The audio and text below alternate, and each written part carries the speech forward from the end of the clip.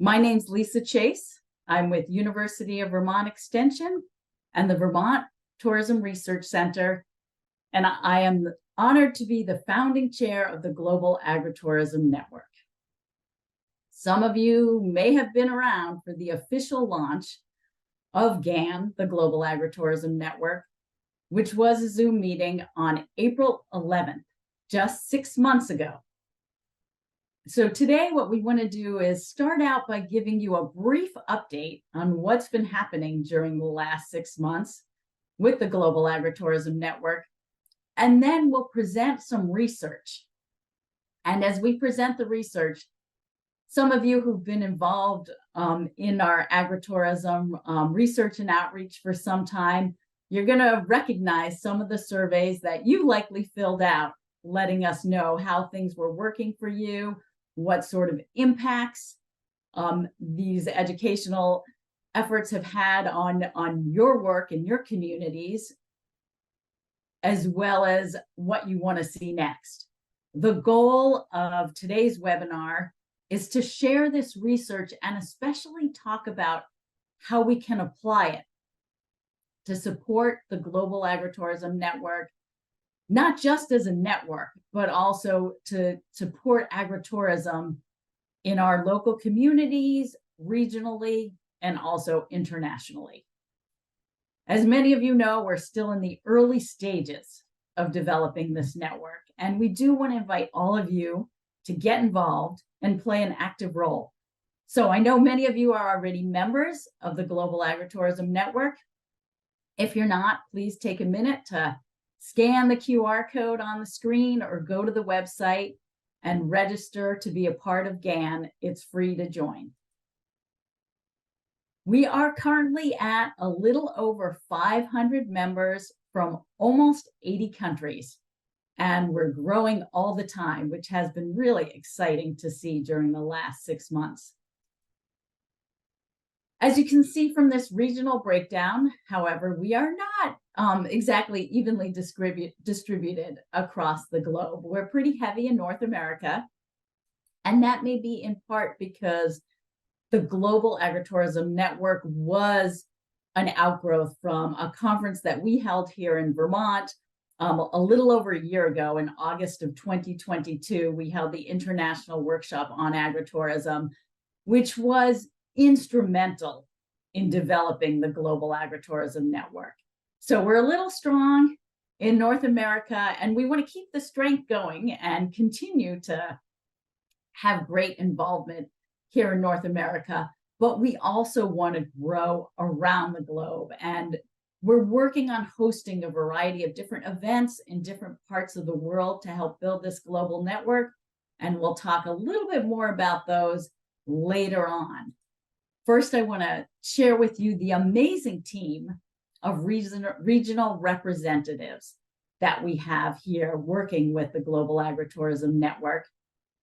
And I want to give a huge shout out to all of these regional representatives who've been building agritourism networks in their part of the world. In addition to the regional representatives, we have this committee structure here in the Global Agritourism Network. And for those of you who are just registering for the first time, you'll notice when you register, you can choose to join one or more of these auxiliary committees. And they range from all different topics, including research to definitions and standards, policy and advocacy, conference planning, communications, sustainable and regenerative agriculture and agritourism. They just sent out their first newsletter a couple of days ago, and the education committee, including a webinar subcommittee. And this webinar is one of those, is part of the work of that team. So the regional reps and the committee chairs are all overseen by an executive committee. And so I want to show you here the folks serving on the executive committee, and this will turn over at the Second World Congress on Agritourism in May of 2024. You'll hear a little bit more about that later on. So for those of you who are looking to take on more of a leadership role, there will be opportunities. And I especially want to give a shout out to Chadley Hollas, who is the secretary of GAN. He's also with Cultivating Tourism and University of Georgia, and he is one of the presenters here today, along with Claire Whitehouse from the University of Vermont Center for Rural Studies and Lori Dickey from Clemson University. I'm going to turn it over to them to share their research and talk about the practical implications in just a moment. But first, who is here in the room with us? Now I'm going to share the results, and you should be able to see that. Let's see. We have a great mix here, about a third researchers, and then about a quarter farmer ranchers and extension service providers. We've got nonprofit and government also represented, as well as tourism professionals and business owners and managers. And of course, other different folks who we haven't quite categorized. I'm now going to stop sharing my screen, and I'd like to turn it over to Dr. Lori Dickey from Clemson University, who will kick off the research presentations today. Welcome, Dr. Dickey. Good morning, everyone. Thank you so much for being here. We appreciate your time and are excited to share some of the results of the work that we've been doing and talk a little bit about the evolution to where we are today with GAN. And so I'm excited to kick us off. So let me just pull up my screen. So I wanted to just start by talking a little bit about the inspiration really behind this is the first International Agritourism Conference. That's the inspiration. And a number of us from different institutions, different places in the world, different ways of approaching this work, met each other and started conversations. And as we all know, not terribly long after that, we started moving into a world where those conversations were all virtual and not in person. And what a small group of us realized that there was an opportunity to really do more in this space and to approach this work with a wider and more interdisciplinary perspective, potentially, if we could really build out some of the connections and collaboration potential. So the first conference got some of us talking that hadn't been talking before. And then the COVID-19 pandemic really exposed for all of us some potential gaps in international collaboration, that relying on being able to be in person on a consistent basis was potentially challenging, and that finding ways to keep these networks alive and these collaborations moving in different ways was an important thought experiment, if you will. So we started talking, Lisa and I started talking and had several conversations at night about whether there was some potential funding potential to better understand the benefits and challenges of participating in online forums versus in-person forums, and how that might impact collaboration, research, connectivity, scholarly productivity, et cetera. And Lisa and I, Lisa's an extension professional, as many of you know, and I'm a traditional faculty member, and I come at this issue more from a rural development and rural entrepreneurship perspective. So we had different lenses that helped kind of these conversations blossom and grow. So from that, we decided to apply for an NSF, a small NSF grant to kind of fuel this work and these ideas with 4 primary objectives. The first was to strengthen the international agritourism research collaboration that I wouldn't say began, the research didn't begin, but that collaborative potential was fueled and sparked at that first international conference. And so we wanted to go about doing that by implementing a whole series of scholarly activities. And many of you have participated in many of these. So the agritourism webinar series that Lisa's office at the University of Vermont has launched and worked with many of you to participate in, as well as to speak in, was a major part of that, as well as other activities. We also wanted to spend some time evaluating the effectiveness of different modalities for engagement. We did that not just through the online webinars, but we also did that through the hybrid conference potential, as well as having some different sort of interventions, which I'll talk about in a minute, related to how people participated in the conference and participated in engagement while they were there. Also, at the same time, to really try to build out more interdisciplinary collaboration. So coming at issues of agritourism from different lenses and branching out into areas maybe that had not, where we had not seen collaboration before, institutionally, geographically, discipline-wise, et cetera. And also thinking about one of the things that NSF is really interested in is transferability, right? How does this work transfer to other disciplines, other fields, and how does it build basically the science of an issue? And so that was something we also were thinking about in this. We were fortunate to receive this funding, and that's how this work has evolved. And so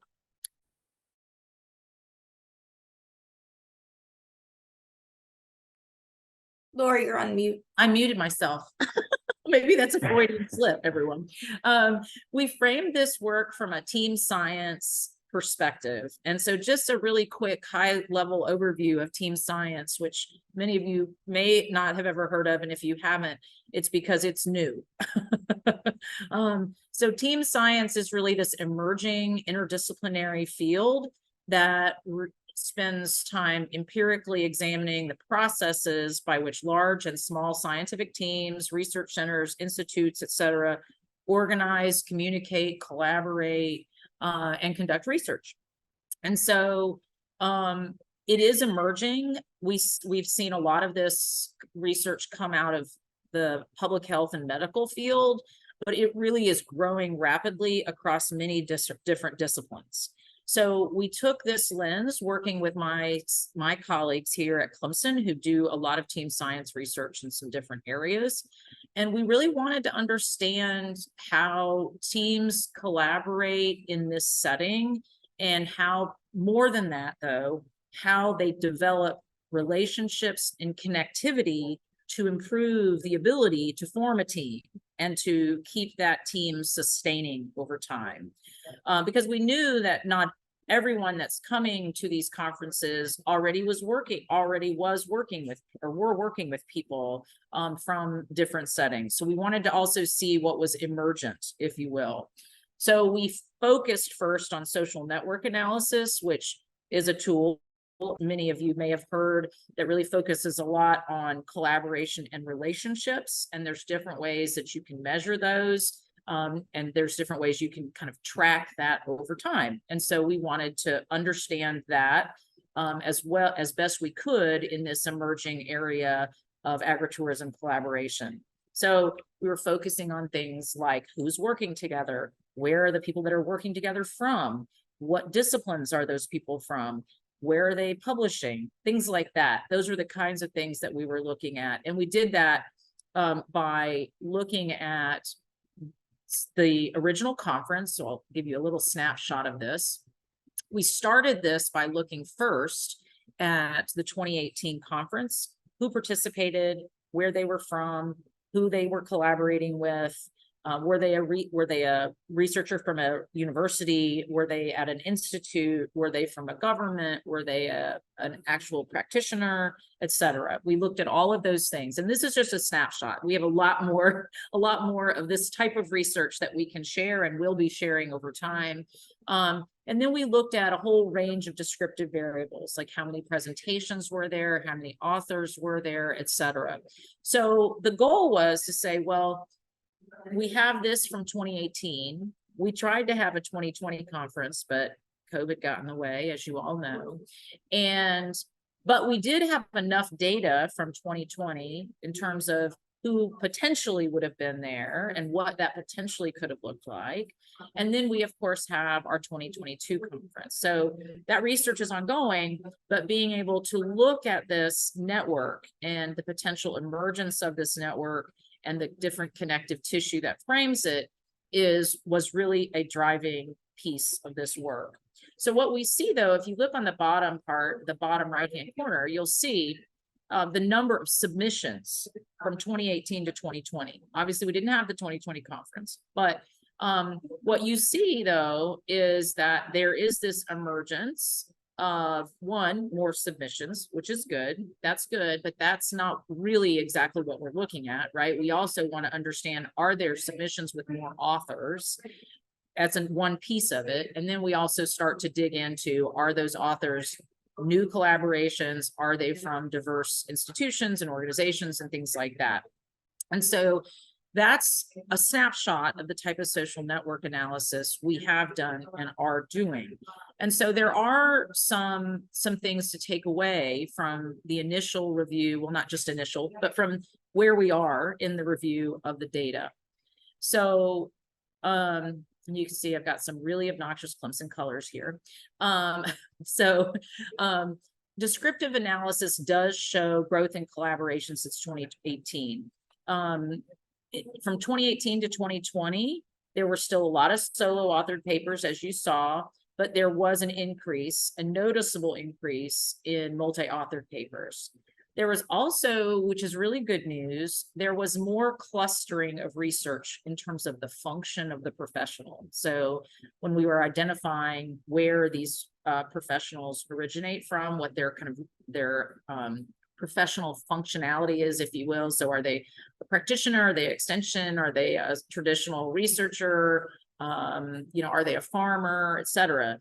We saw more collaboration across functionality, and that is really useful. And that also really shows us potential transferability from research to practice, right? Which is a huge issue for organizations like NSF and scholarly activity, right?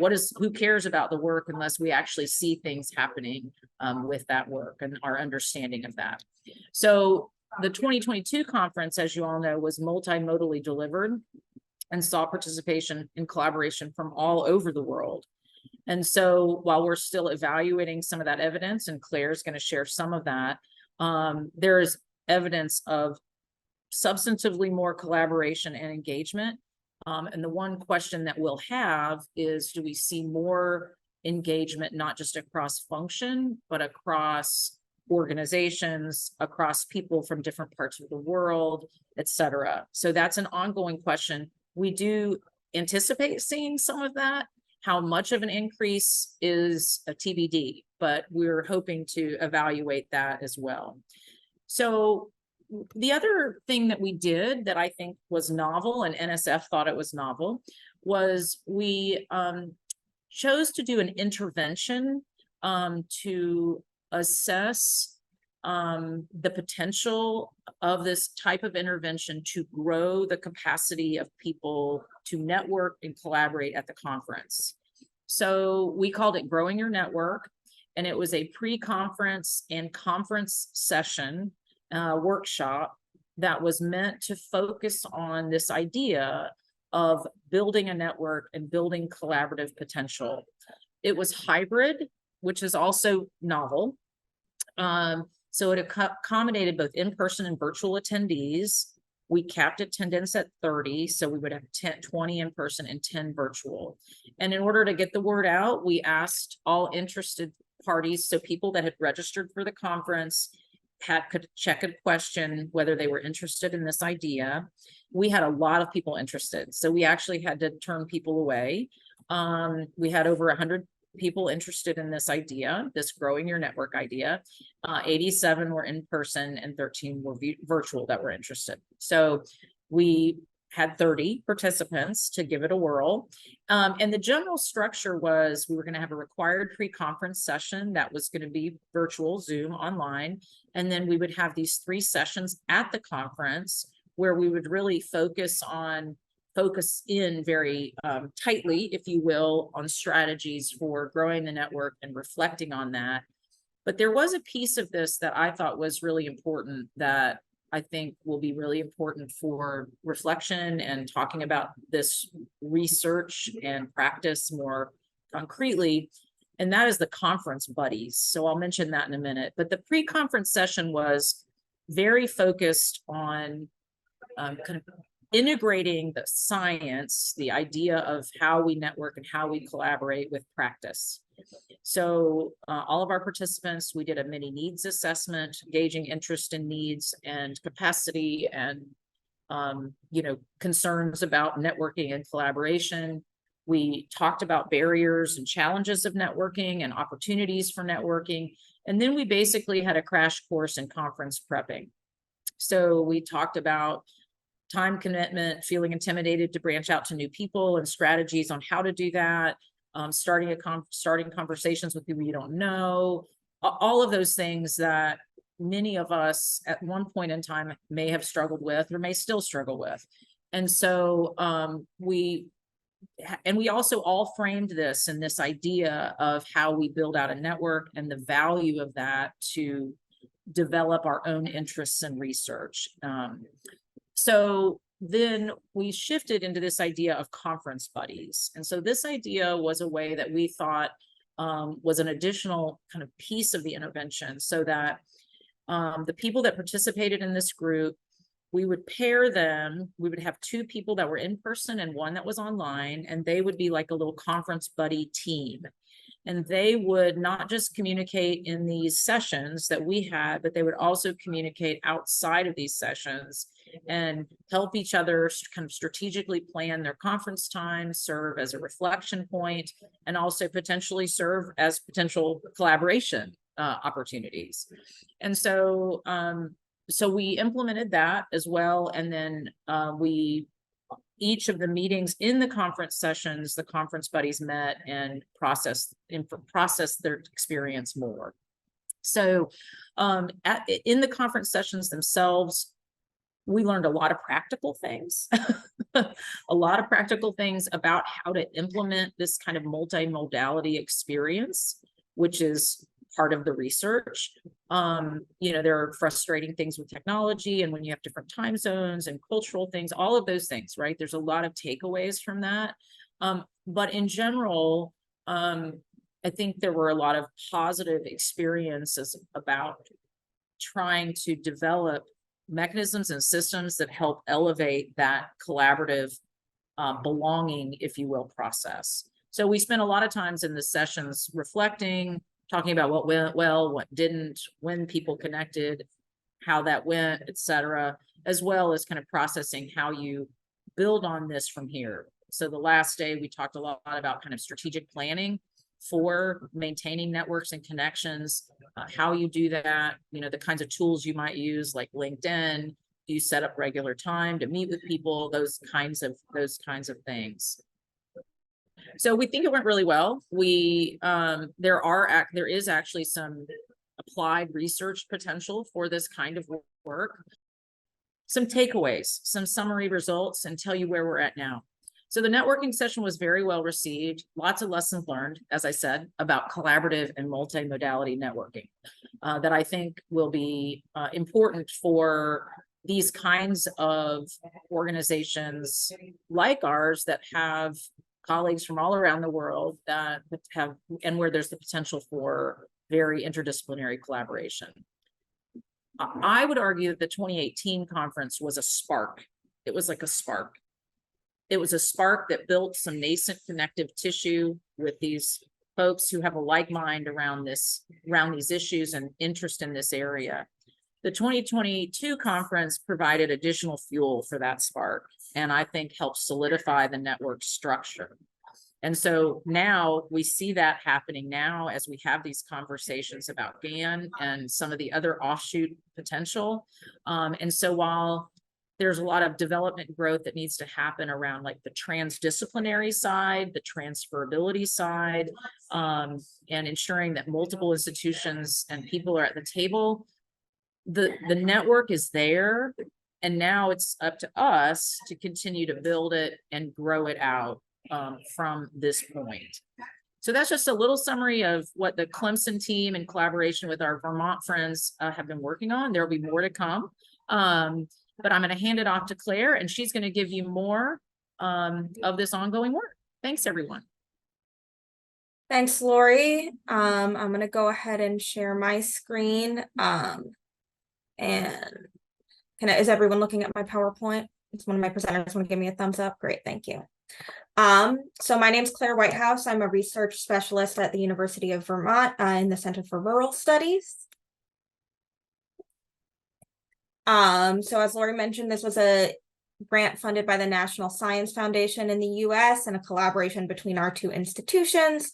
And our main research question was, right, for this nascent interdisciplinary network, what was the relative effectiveness of participating only virtually versus having an in-person experience at the International Workshop on Agritourism in 2022?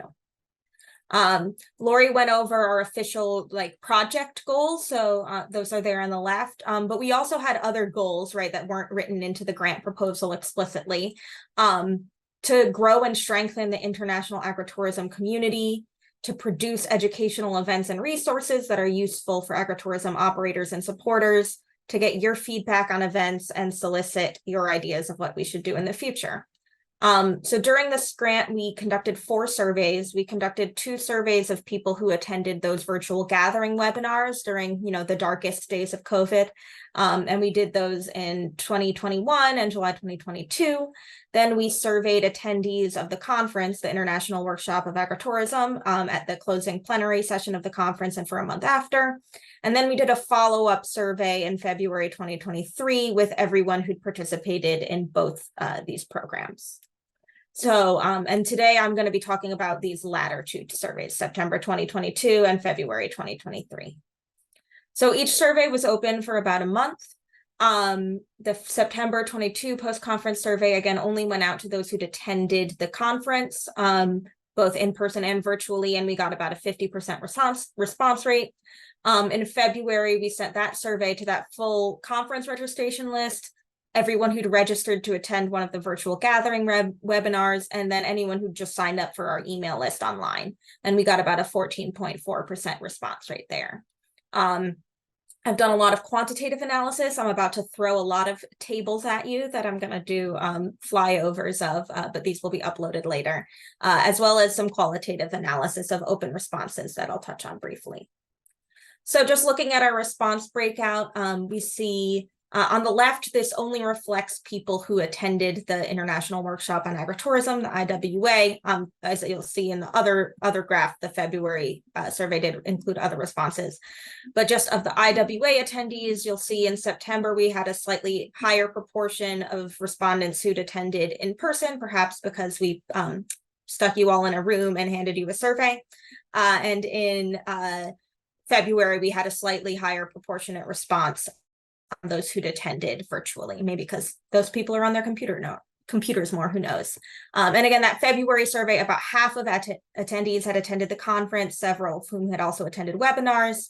About a third of respondents had only attended webinars, and then there were a good chunk of people who hadn't attended either of these events. So those people are left out of the analysis until we get to ideas for the future. Well, they'll come back in.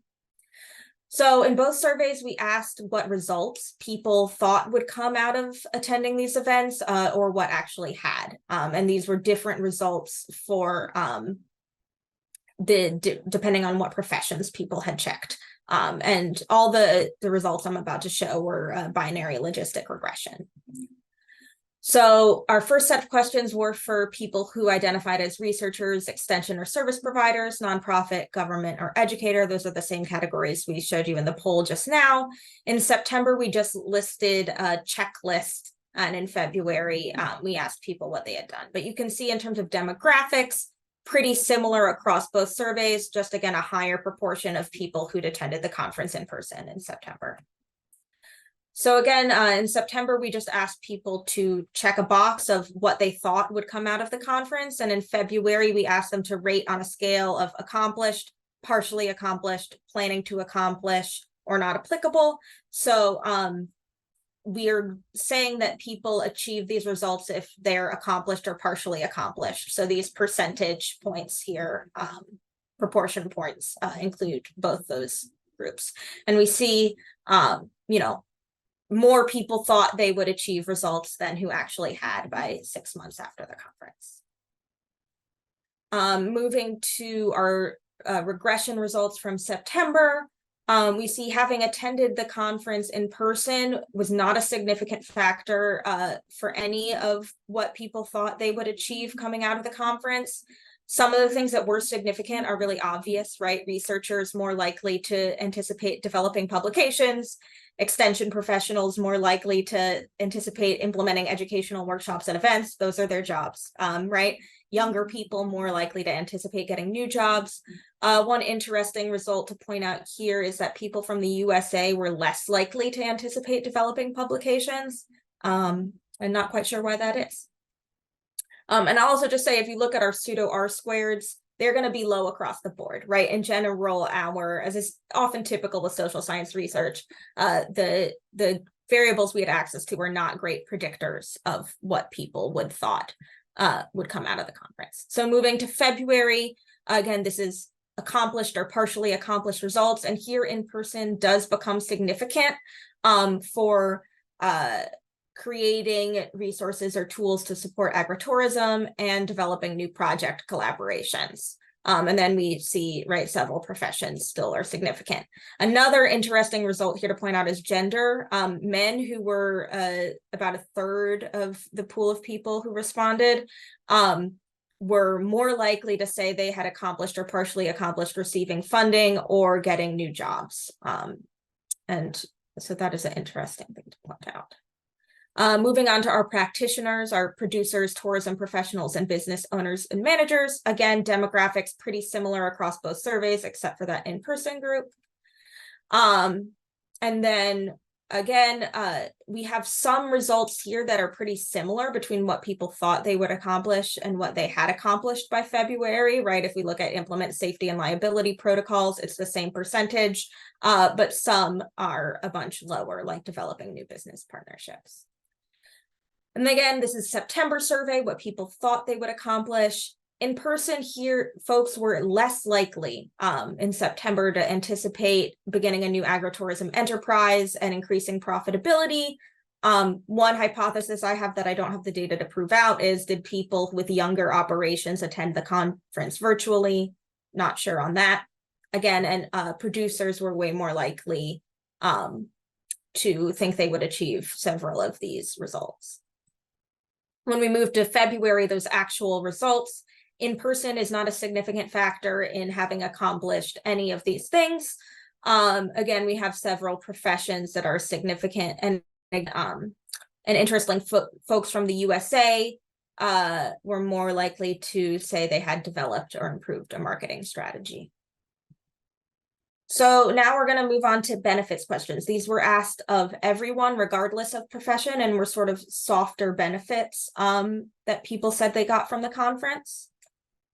And again, these tables are going to be kind of unwieldy because they included all professions. And I'll just say, also, right, people can check multiple professions. So that's why I'm not concerned about perfect collinearity here. And if you were to add up all these numbers of professions, you'd get like about 1.5. But again, similar demographics of people across both surveys, except for that in-person piece. And then in terms of the raw numbers of reported benefits, we asked for both surveys, we asked folks to rate on a scale. Did you benefit in this category? Not at all, somewhat, or significantly, as well as not applicable. And almost everyone said they benefited at least somewhat, right? I think 98% of people in September said they increased their knowledge and understanding of topics at least somewhat. So in order to do analysis, we've just narrowed to people who said they significantly benefited in each category. And we see those numbers are slightly higher for the September survey of people who'd attended the conference than for the February survey of all virtual gatherings and conference attendees. So this table is going to be enormous. We're looking at the September survey, but I'll do a flyover. We'll see in the benefits questions, having attended the conference in person was significant for several of the purported benefits, including making new contacts for collaboration, meeting my professional development needs, and finding a sense of community. Researchers were more likely to say they made new contacts and developed a sense of community. Extension and service providers were more likely to say they met the professional development goals. And producers were less likely to say they significantly benefited by increasing their knowledge and understanding of topics, which, although I will point out, almost everyone said they benefited at least somewhat in that category, but it is something to keep an eye on. Folks from the USA were more likely to say they significantly benefited by making new contacts and learning about resources relating to their work. As Lisa mentioned at the top, right, over half the participants in the conference were from the US, and so it may have just been more directly directed at them. And again, we see men more likely to say they made new contacts for collaboration, which echoes some of those anticipated results. So moving to February, we see those same three benefits were significantly more likely for in-person folks, making contacts, professional development, and sense of community. Here, researchers were more likely to say they significantly increased their knowledge and understanding of topics. Educators more likely to say they met their professional development needs. Tourism professionals more likely to say they found a sense of community. The USA loses its advantage here, perhaps because this includes more virtual gatherings, folks, and those webinars were a little more international in scope. We see US attendees were less likely to say they significantly increased their knowledge and understanding of topics. But once again, we see men more likely to have made more contacts for collaboration. So we also asked people to write in their thoughts, and that added a lot of information and color to all these numbers we've been looking at. And I'll just touch on two topics here. One of those are networking, right? We see in general an agreement that attending in person is better for networking, as Lisa mentioned at the top, right? Someone who'd attended in person said in September, the in-person networking was excellent. As a new entrant into the field, I probably increased my professional network by 500%. I believe attending the conference in person greatly contributed to these benefits. I do not think I would have made many connections as a virtual attendee. And someone who'd attended virtually said, I attended virtually, and while I found a lot of the presentations worthwhile, I would have really liked being there in person. And someone who responded in February, who'd attended in person, said it was great to finally meet so many people in person that they'd been talking to in the past.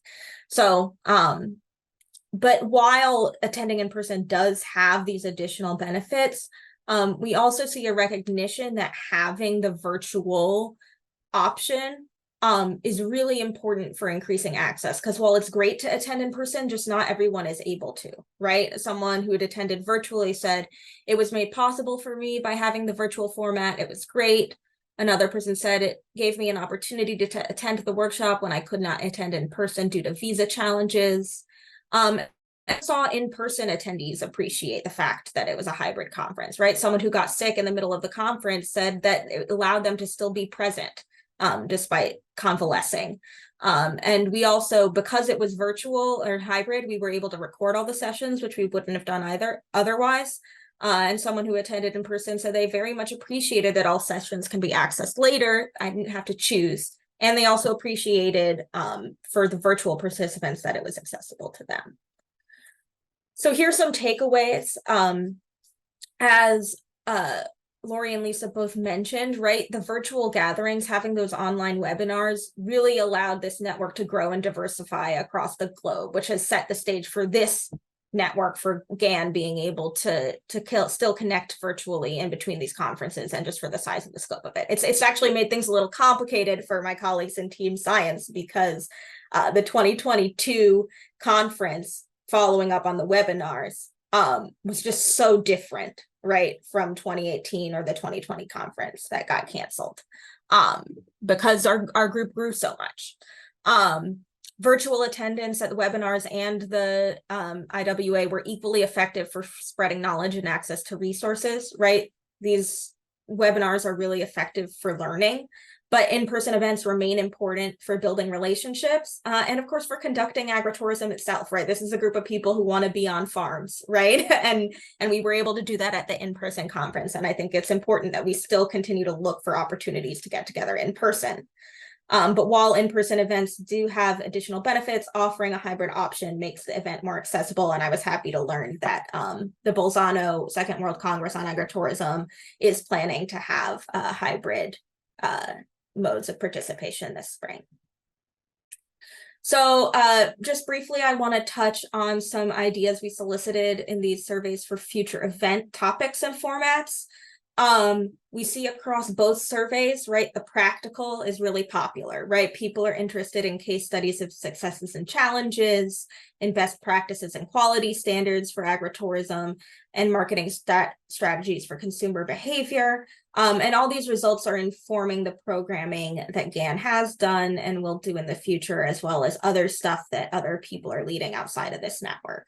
I also want to point out there's a lot of interest in both surveys in looking at the economic impacts of agritourism, which is something Lisa and I talk a lot about in terms of thinking about future research. And for any other researchers in the audience, that's a popular road you might go down.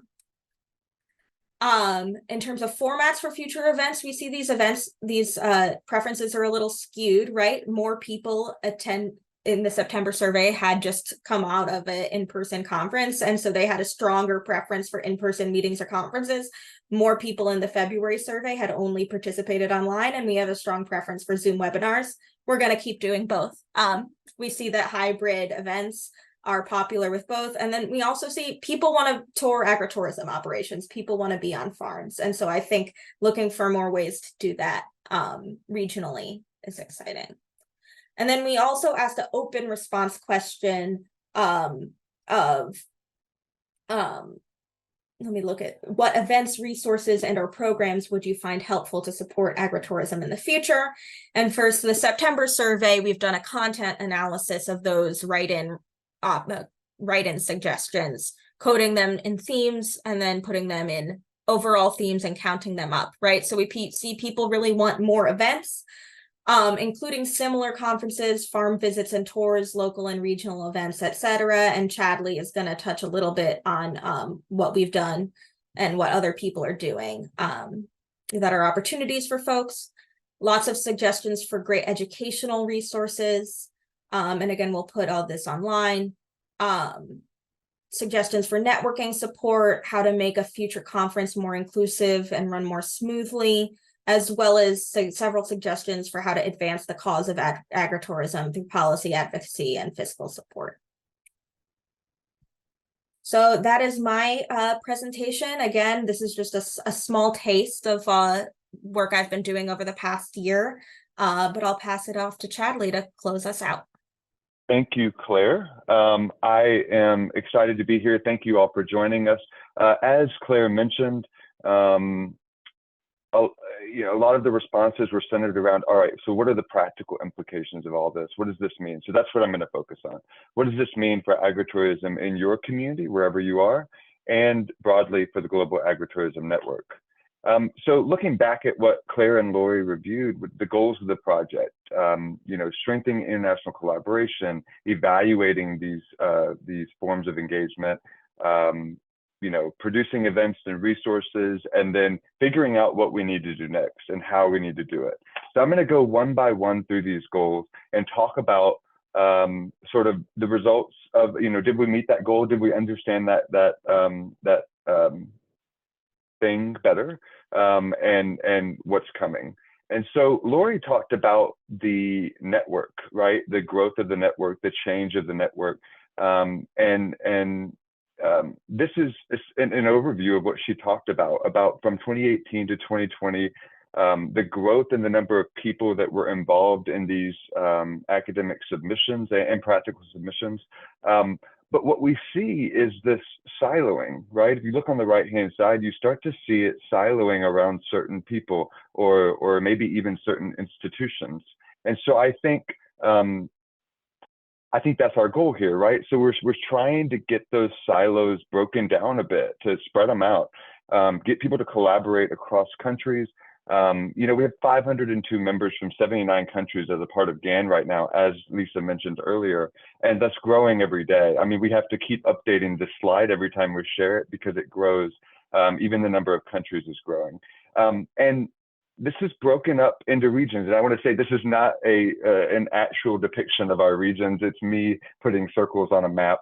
I want to also apologize for using this projection of map. I understand that it's it doesn't accurately represent how our world looks, but it's what Google allows me to create easily. But these circles, it's a broad representation of our region, but they're not independent from each other. They work with each other. They cross, cultures cross some of these borders. And, we've had some of our regional chairs, I think you're here in the room, Valeria, who was like, there's people that are culturally similar to my region. We should include them in my region and try to bring them into the work we're doing. And we welcome those sorts of conversations, because our goal is to, again, break down these silos and build this network in a truly global fashion. So to that note, I am honored to be representing, GAN is going to be represented at the the UNWTO's General Assembly next week in Uzbekistan. I'm absolutely honored to have been invited, and I'm excited to see some of our GAN colleagues there. I've gotten at least 2 emails about it, and I'm excited to see what sort of collaborations we can form and growth we can see in that region. And I know agritourism, people are excited about agritourism in that region and throughout, Asia, Eastern Europe, Central and South Asia. So yeah, so going back to the goal of strengthening these international collaborations, we have these events that Lisa will cover also at the end of the presentation. But we've got these events that are happening in Central America, in East Asia, the next World Congress in Italy. But I want to highlight something, that they're hybrid. And we learned that in order to actually, build out this global network, we need to find ways to include everyone. And so we're really trying to promote this idea of having hybrid events, allowing everyone, no matter where you are, to attend, events that are supported by the Global Agritourism Network, by individuals in the Global Agritourism Network. So the second project goal was to evaluate the effectiveness of different forms of engagement. And Claire discussed this, but so in-person events are good for networking and collaborations, right? It's where people gather together to meet each other, to sit at lunch, to have a meal together, to talk about their ideas, their dreams, and what sort of research they want to do, right? Hybrid events are a little bit more difficult. It's a little bit more difficult to do that in a hybrid event, but it's important for accessibility. If we actually want to build an inclusive agritourism sector, industry, whatever you want to call it, we have to have hybrid events and virtual events.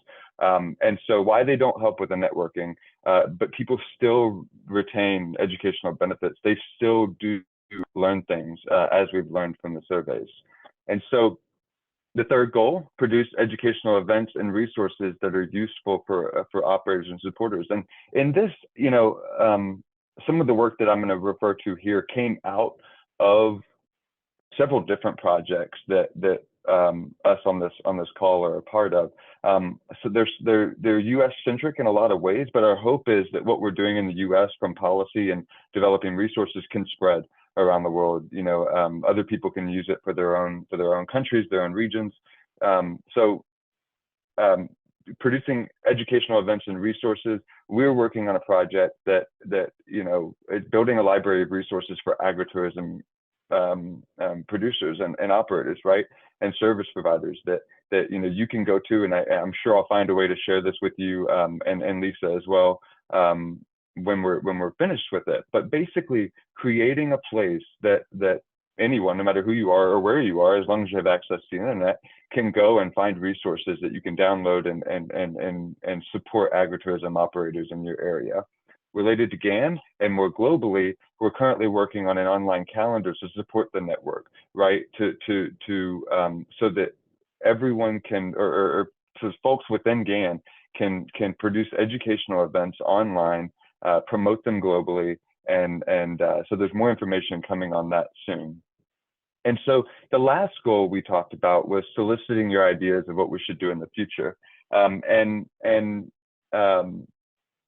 we're going to do that continuously, right? And we did it before, and we're still doing it.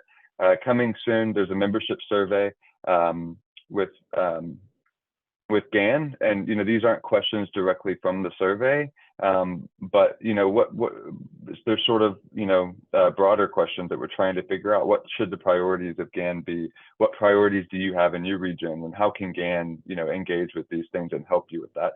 So this is a one-time survey for now, but, we really think as we grow the network, we can start to collect this data, all the stuff that Claire talked about and Lori talked about, and really understand how to improve the network, how to make it more effective, how to support agritourism in every community around the world, in every region. And so this is just sort of our start, I guess. So I welcome you, stay in touch. My name's Chadley. Feel free to email me for all things GAN related. We have a GAN I'm the secretary of GAN, so I manage this email account. If you have questions, if you about anything related to GAN, just email that address and I'll get to you when you send it. So thank you. Thanks so much, Chadley, Claire, and Lori. Really appreciate you sharing all that great research. We do have just a few minutes for questions. So if anyone has questions, if you can type them into Q&A as opposed to chat, that's easier because the things get a little lost in chat. So I'm going to start with one that I believe was submitted when Lori was speaking, but anyone's welcome to answer it. This is from Robert Clemson, and the question is there a difference between team science and community of practice approaches? Yeah, so that's a really interesting question. And so team science really seeks, I would argue, to kind of move a bit beyond the community of practice, in the sense that, at least this is my understanding, I will say. So team science really seeks to do a lot of what a community of practice does, but to elevate it in the sense that we are really trying to understand how teams come together, and even more than that, to understand how to magnify the work of teams and to enhance the effectiveness of teams. And a team can be a community of practice for sure, but a community of practice isn't necessarily also focusing in on the nature of those underlying questions, if that makes sense. So if you think about it from a medical perspective, right, you want your and that team to work very closely and tightly together so they don't cut off the wrong leg. So we want to understand how that team works together so that they don't cut off the wrong leg, right? So that's just, obviously a flippant way of thinking about it, but clearly a community of practice is a type of team, and the team science part of it is really just trying to understand some of the underlying mechanisms of how teams work and how to magnify the work of teams. I hope that makes sense. Yes, thank you. I think we've got time for one more question. This is from Todd Coleman. He started with excellent network and professional development initiative. I wonder if there are plans for longitudinal study, maybe with intentional prompts for participants. And I'll jump in first with a quick answer, and then love to have my colleagues share as well. I admit that we're somewhat constrained by funding and time. So part of what made this research possible was funding from the National Science Foundation. So I would say, as of now, beyond the GAN membership survey that will be sent out in a couple months and is led by the research committee, I don't know that we have a specific strategy and plan moving forward, but I want to say that I certainly hope that we will continue to move this research forward. And, when I say we, I don't just mean those of us here on this screen right now. I mean, we, all of us folks, on the other side of this webinar too, because I think collectively working together, we'll have the most success at bringing in funding and really addressing these critical research questions. Yeah, and I will yeah, go ahead. Yeah, I'll say that I think there is some low-hanging fruit in that regard, but I concur with everything Lisa said as well. But some low-hanging fruit on some of the longitudinal pieces are, for example, to use the next conference in Bolzano to kind of build on the existing understanding that we have of the network and to potentially even be, more intentional about looking at some of those pieces of transferability and things like that. Obviously, that's a capacity issue, as Lisa noted. So we need to ensure that however we do that, we have some capacity and potential funding to do that. But there is low-hanging fruit in being able to start to capture this more longitudinally. And I'll jump in and also add, right, like as Lisa touched on, it's not just us. There's so many people in our network doing really interesting agritourism research. And anyone who's interested should join the IRENA, the International Research Network on Agritourism, which is a subcommittee of GAN, where we talk about both, research grants people are doing separately and ideas for collaboration. And also just wanted to thank everyone who's participated in the research that I presented today. I know we've sent you a lot of surveys, and that's what I do a lot. And I'll say this group, we have consistently really high response rates, which enables us to really, take your thoughts and experiences and inform what we do in the future. So thanks to everyone who's ever clicked on a survey link in an email. I appreciate it a lot. And consider yourself warned, you're going to be getting more. Chadley, any final words, and then I'll share my screen and we'll close out. No, but I just wanted to mention to everyone, in case it doesn't get shared in your slides, Haley Moss in the chat mentioned that GAN now has social media channels, Facebook and LinkedIn. Please refer to the chat for those links, and please join us there as well. It's a recent effort to try to start getting our social media presence up, but that's all I'll say. Thank y'all for joining us. Yes, thank you so much. And there's some great comments in chat and additional questions in chat that I'm sorry we don't have time for right now. So I'm sorry that we didn't have time to get to everyone's questions and really worthwhile comments about making sure that we're really applying this research. That's definitely a goal, bringing it to bear fruit in the fields where folks are working, literally and figuratively. In closing, I just want to take a moment to thank Claire, Lori, and Chadley for sharing their research, and especially thanks to all of you for joining us today and for the excellent questions and comments in chat. We need to keep this conversation. I know we didn't get to all the comments and questions, so let's keep this conversation going on this issue, but also other topics. Here on the screen, we've got just a few upcoming events. As Chadley mentioned, there's many more, and we're working on putting together a calendar with URAC research that will be posted on the website for the Global Agritourism Network, and that will include a lot more events. Here are a few that have come to our attention that we really wanted to make sure to share, and if you click on this QR code, it'll take you to a place where you can register for a hybrid event that's focused on Central America and the Caribbean, a webinar November 7th that's focused on East Asian countries, and of course, we've mentioned more than a few times today about the Second World Congress on Agritourism that's coming up May 16th to 18th in Bolzano, Italy. And that will be a hybrid event, and the call for special sessions is out now.